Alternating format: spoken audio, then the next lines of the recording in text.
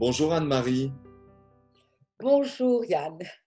Alors on va parler bien sûr du début de ce livre qui est peut-être d'ailleurs en même temps le déclic d'écriture, ce moment où vous découvrez ce cartel d'exposition au musée d'Aquitaine à Bordeaux, qui est votre ville, hein, un cartel qui présente l'esclavagisme et la traite négrière de manière pour le moins édulcorée, on va dire.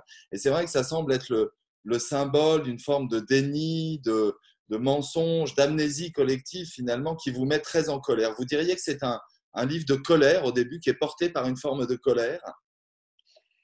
Oui, la colère et en même temps, on sait que c'est un sentiment quand même qui a pas très bonne presse, qu'il vaut mieux refouler et pourtant elle a duré, elle s'est transformée en ce que j'ai appelé une humeur noire, hem, durable et qui m'a rattrapée pendant le confinement, qui était finalement une période assez favorable à ruminer.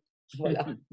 Alors, ce qui est très intéressant dans le livre, c'est que finalement, cette colère ou cette humeur noire, elle se porte aussi sur le langage. C'est le langage qui vous met dans une colère noire, et c'est par le langage aussi, d'une certaine manière, que vous voulez la conjurer et changer un peu les représentations, je dirais, de l'histoire et de la vérité.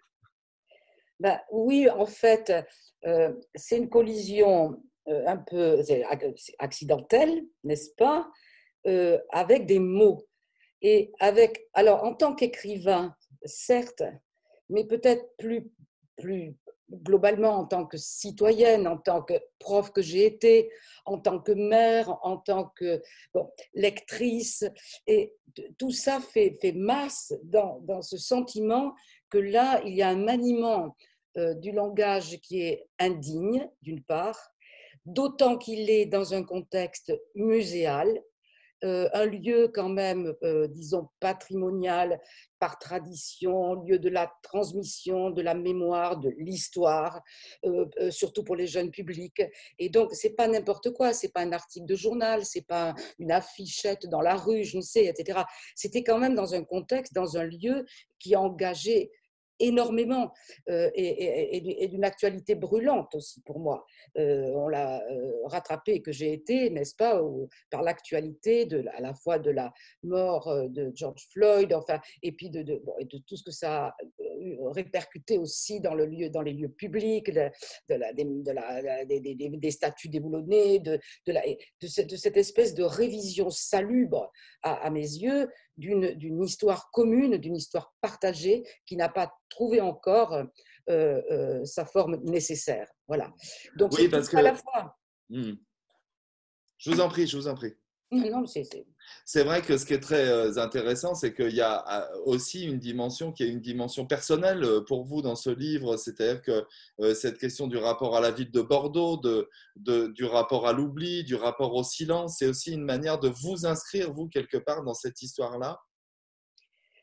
eh bien, moi qui n'en suis pas adepte, n'est-ce pas, là, il y avait une collision aussi avec l'autobiographie, avec du moins une part de l'expérience d'une vie héritée du lieu de naissance, du lieu où l'on est à soi, à la fois territorial et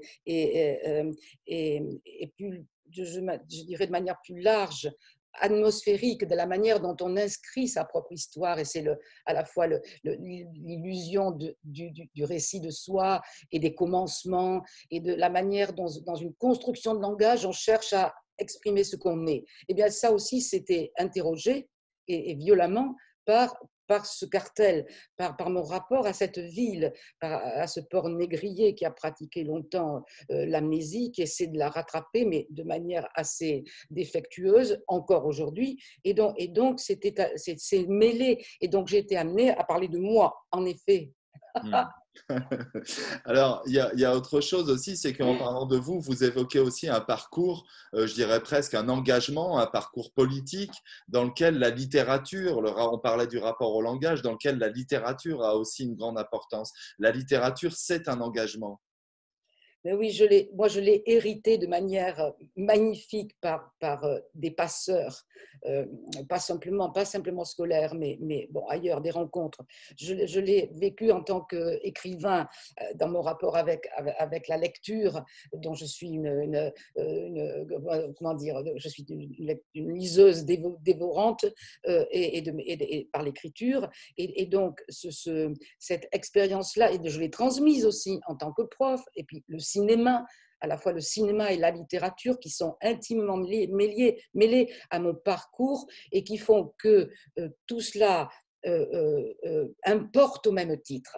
C'est-à-dire qu'il n'y a pas d'une part mes engagements sur tel ou tel terrain, etc., mes convictions, et d'autre part mon travail élégant là dans un coin de trivoteuse qui mène son bon.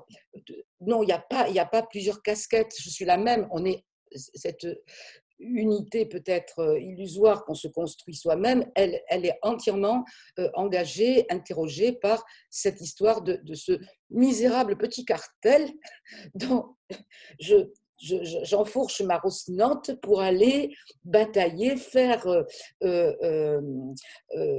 campagne pour qu'il soit modifié, C'est donc un livre, amendé. c'est donc un livre de colère et de combat qui s'appelle Humeur noire et qui est signé Anne-Marie Gara, à paraître en février 21 chez Actes Sud. Merci beaucoup Anne-Marie. Merci Yann.